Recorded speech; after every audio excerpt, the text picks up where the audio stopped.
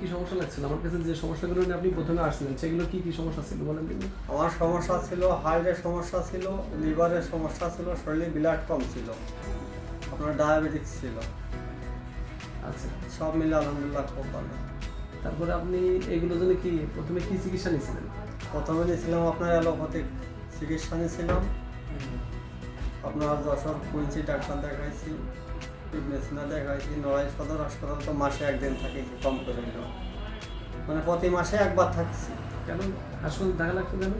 থাকা লাগতো, অসুস্থ হয়ে পড়তাম একেবারে, একবার তো মনে করেন আপনার বিছান ধরাই যাচ্ছে, দৌড়ে উঠাইতে হতো, বসাইতে হতো, খাতি পাতাম না, বুকের ভিতর বাইরে ছিল নিয়ে আসতো, আপনার শ্বাস নিতে পারতাম না, শ্বাসকষ্ট হতো। শ্বাসকষ্ট হতো প্রচন্ড। আর বুকের হার্টের সমস্যা কী বুঝতেন আপনি? আপনার এই যে বাম সাইডে ব্যথাতে বাইরে ছিল নিয়ে আসতো, মোট আমি বসতে পারতাম না, দাঁড়াইতেও পারতাম না, বসা তো মানে দাঁড়াইতেই পারতাম না। আচ্ছা আচ্ছা। আর ডায়াবেটিস ছিল কত মনে আছে আপনার প্রথমে? ডায়াবেটিস ছিল আপনার যশোর, যখন আপনার কিডনি পরীক্ষা করলাম তখন আছেন আপনার 11 সম্ভবত 8। 11.8। 11.8। তারপরে আপনি অ্যালোপ্যাথিক চিকিৎসা ছাড়ান দিলেন কেন?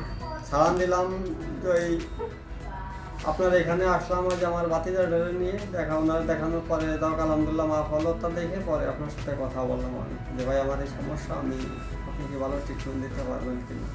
তখন আপনি যখন আমার আশ্বাস দিলেন তখন থেকে আমি আপনার দেখালাম। আচ্ছা আচ্ছা।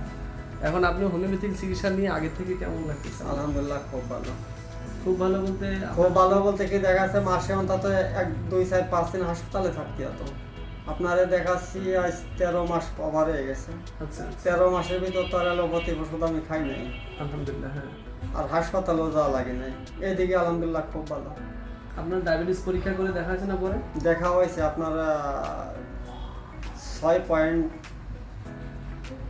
5.7। এরকম কয়বার আপনাকে ডায়াবেটিস পরীক্ষা করে দেখেছি আপনার ডায়াবেটিস আর নেই? ডায়াবেটিস পরীক্ষা করা হয়েছে মোট 8বাড়িয়া থেকে করেছি 2বার, আপনার এখান থেকে করেছি 2বার, আচ্ছা মোট 4বার করা হয়েছে।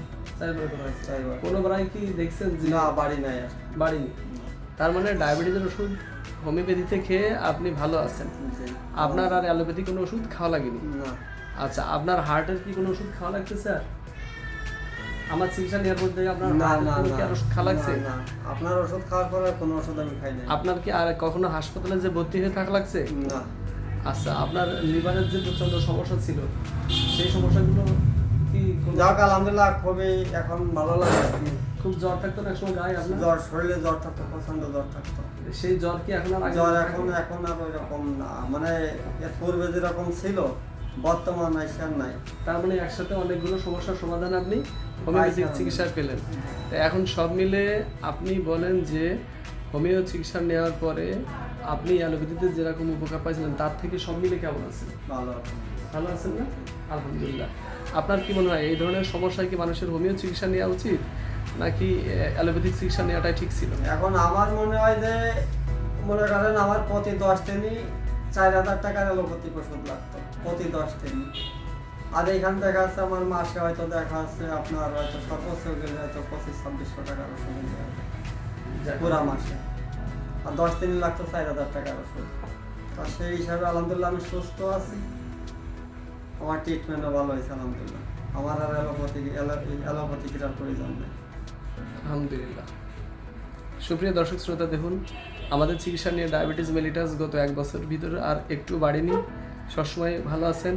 এবং 3-4 বার আপনারা তো শুনছেন যে 3-4 বার ওনাকে ডায়াবেটিস মেলিটাস আমরা ব্লাড টেস্ট করে দেখছি, সুগার লেভেল আর বাড়েনি।